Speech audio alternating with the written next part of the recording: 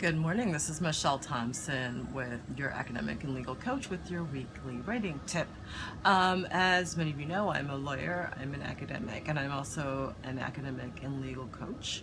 And I have learned a lot about writing in these professions over the years, and I want to share what I know with you.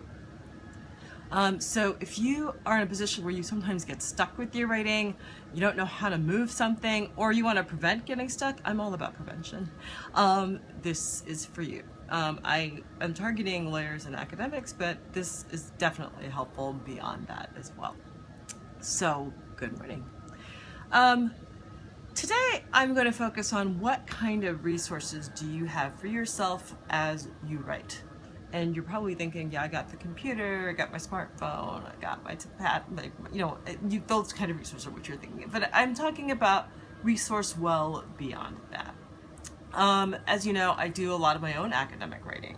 And as and I have the same goals that you do. I want to be published. I want my articles published. I want a book published.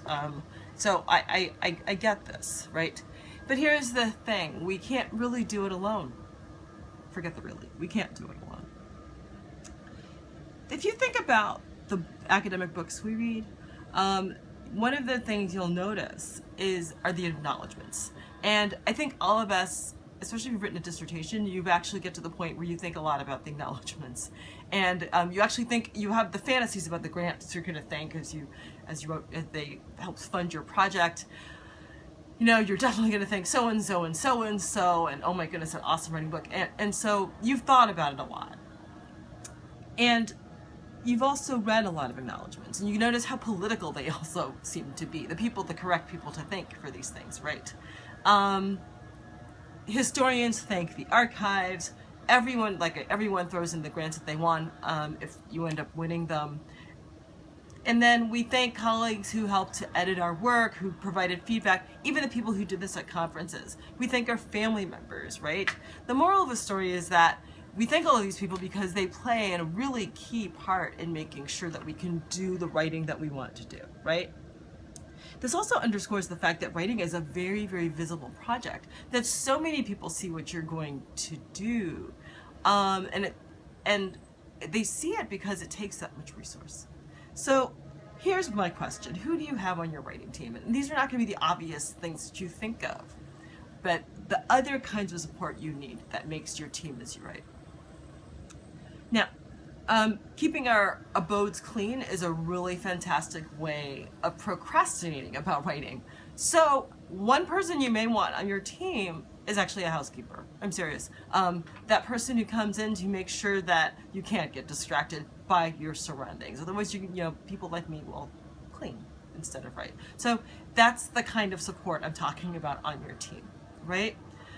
What kind of resource do you have behind you to celebrate your accomplishments, right? You finished a chapter, you got something published.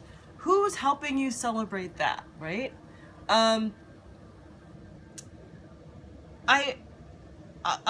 will say this, that when I was working on my dissertation, I actually would get a massage after every single chapter. I have no regrets about it. That was money well spent, right? That kind of celebration. Who are the people who you go out and have a great dinner with, go see a movie with, travel with, whatever, when you actually meet your accomplishments? Are they the kind of people who are excited about your accomplishments, or are they the kind of people who rip you apart?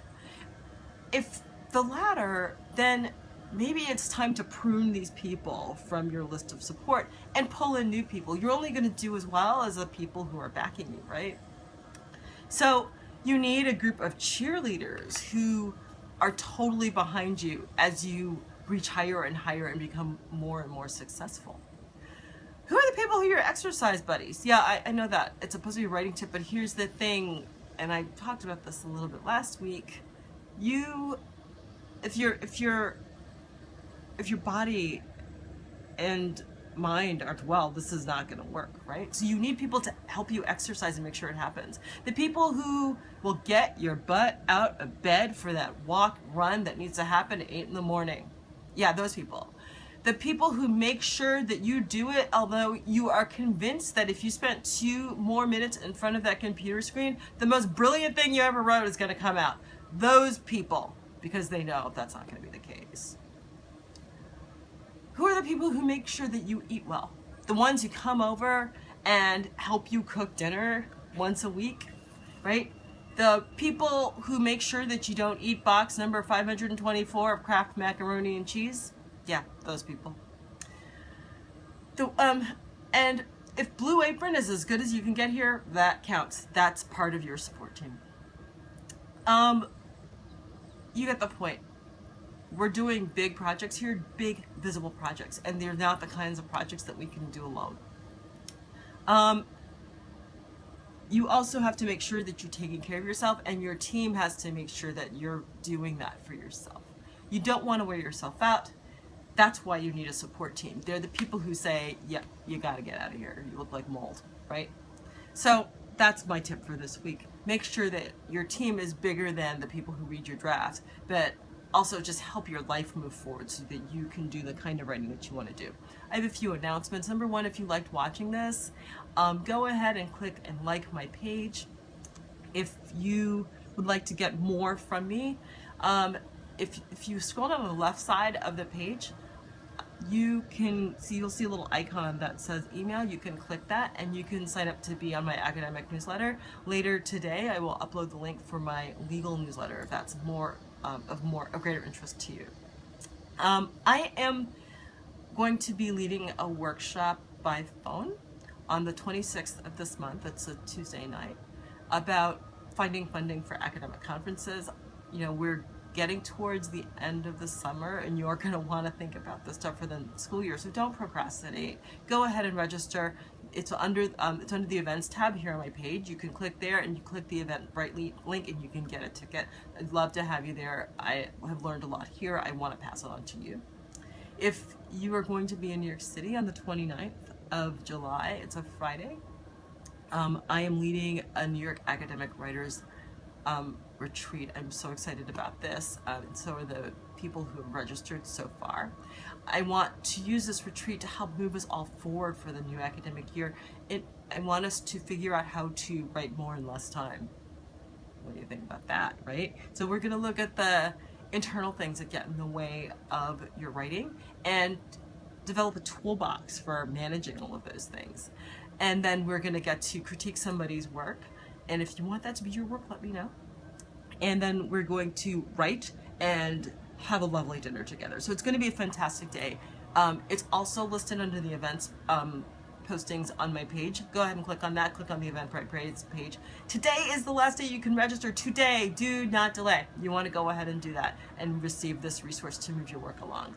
And then finally, my tribes of academic and legal warriors are up and running. I would love to have you as part of those. It's a regular monthly support to move your academic work or your legal practice along. If you click on, I think it's Buy Now, you can sign up for Tribe of Legal Warriors. I will also put a link for Tribe of Academic Warriors. Have a great weekend.